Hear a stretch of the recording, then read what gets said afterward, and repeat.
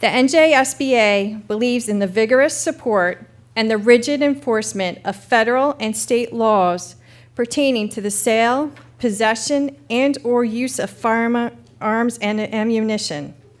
And the NJSBA further believes that the federal and state government should be encouraged to enact additional statutes and regulations as determined necessary by the New Jersey School Boards Association Security Task Force to enhance and ensure the safety of our children in the school environment. Jeff Fisher, Passaic County, Manchester Regional High School District Board of Ed. I move the resolution with the substitute resolve clause. I thought long and hard about how I was going to introduce this resolution. I could have slowly and dramatically read the names of the many, many young victims of gun violence in our country in the past year.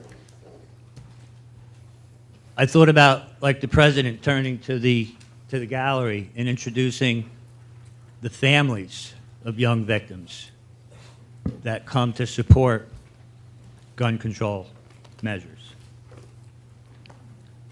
Instead, I decided to be much less dramatic and share the advice of my first superintendent, Dr. D. Raymond Dorsey, at my first board meeting on February 21st, 1973, when I asked him what was my role as a board member. And he answered with 8 simple words: to educate our children in a safe environment. And in 1973 in Halden, a safe environment to him meant a roof that didn't leak and glass windows that didn't shatter and blow into a third-grade classroom on a windy day.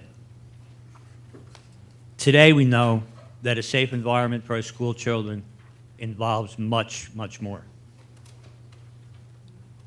I'm going to be brief. The time is late. But I would like to just remind everyone that the state of New Jersey has decided that we as board members have a responsibility, both as boards, board entities, and personally, individually, as elected office holders, to protect our children from all forms of harassment, intimidation, and bullying, not just during the school day, but 24 hours a day, 7 days a week, every day of the year.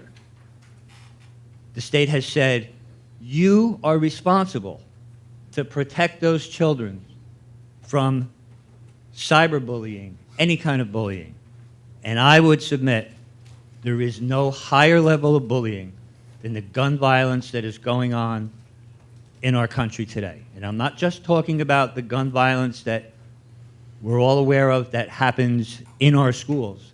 I'm talking about the gun violence that happens on the streets of our cities, the streets of our suburbs, even our rural roads, in the homes. This 4-year-old who finds 12 guns in his house that are loaded.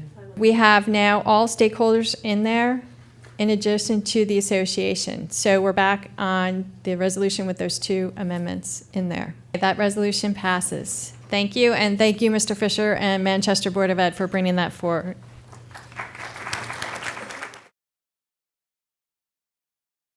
All right, let's move on to resolution number 2. This is from the Ridgewood Board of Education. If you go to page 69 in your booklet, they propose new policy language for adoption by the Delegate Assembly and inclusion in NJSBA's Manual of Positions and Policies on Education.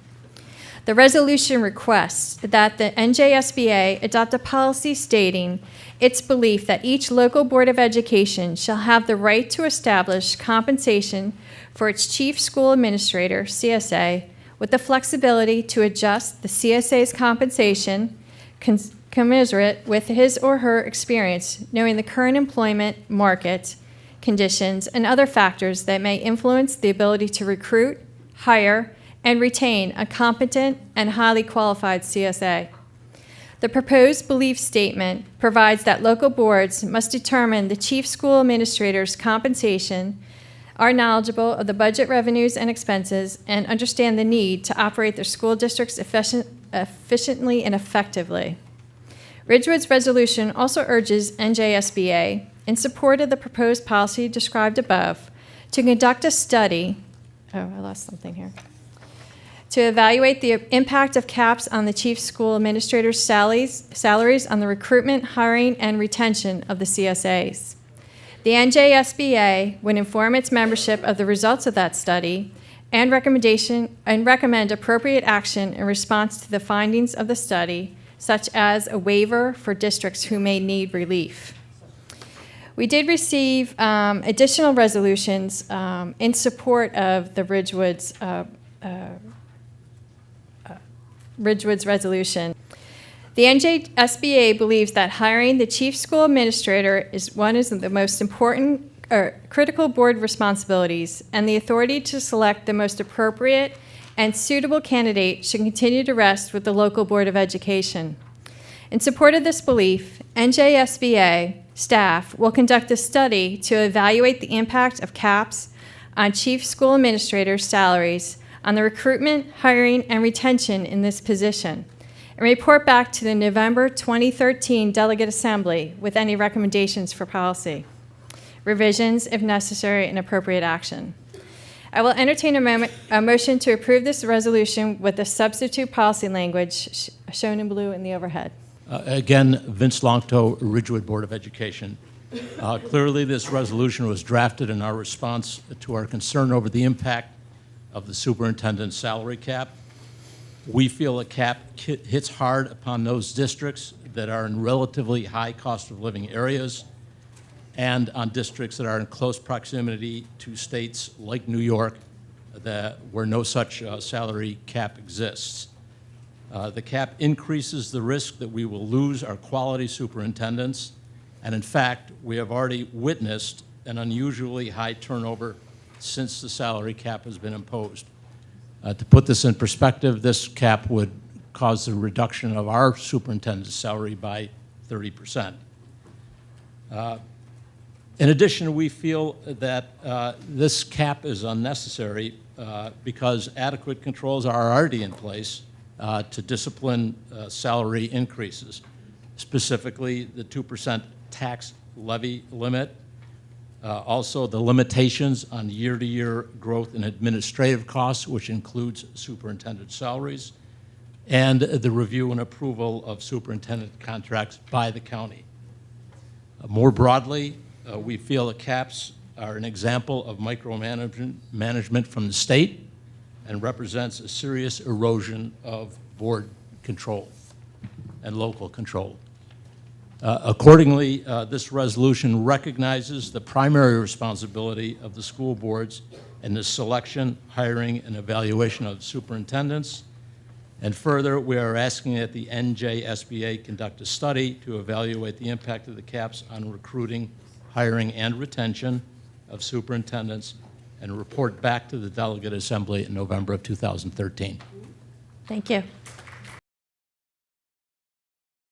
This is from the Manchester Regional Board of Education. They've been very busy. And the Haldon Public School Board of Education. They propose that NJSBA include additional language in its manual of positions and policies on education, requiring a municipal governing body to give notice and an opportunity to be heard to the local Board of Education and the public concerning the municipality's desire to move the school board election to November. The Resolution Subcommittee recommends approval of this resolution with the following substitute resolved language, which would create additional policy language at File Code 9112 to be included in NJSBA's Manual of Policy or Positions and Policies on Education. So if you turn to page 83.